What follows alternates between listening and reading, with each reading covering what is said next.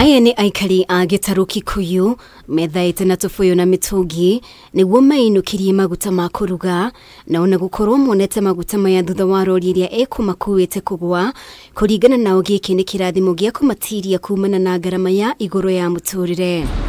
Rori ĩrĩa ĩgũkuĩte maguta maya ekumĩte Mombatha na ekwerekeire bũrũri wa Uganda no kwa mũtino mũru kũgũrũ kũmwe gwatuthũka na gũcũngĩrĩria ngari ĩno kũgwa.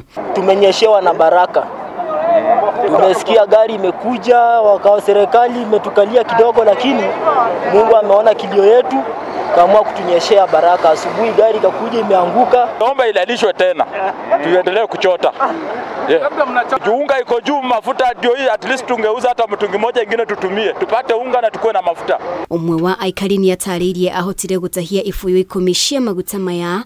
Aikari aya makionekana kwaga kwĩrũmbũyania na gĩko kĩrĩa kiuma harĩa megũtahagia maguta maya. 12 ya kukuwa na watu wengi wenye walikuwa wameanza kuchota, lakini vile masaa inaenda ikiendelea ndio watu wamekuja wakashota mafuta mpaka yenye ilikuwa imejaa hapa kwa mtaro, naona ni kama yote imeisha. Tungikaa 10. Hamwe na gĩko, munini wa komanda wa borithi Kikuyu augĩte maguta maya ti magĩrĩru ma kũhũthĩrwo nĩ mũingĩ kuona matirarĩkĩtie gũkinyanĩrio ikĩro.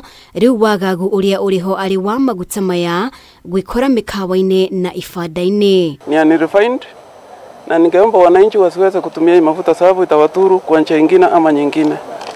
Haikuwa imefika process ya kumaliza kupika, so mafuta unrefined.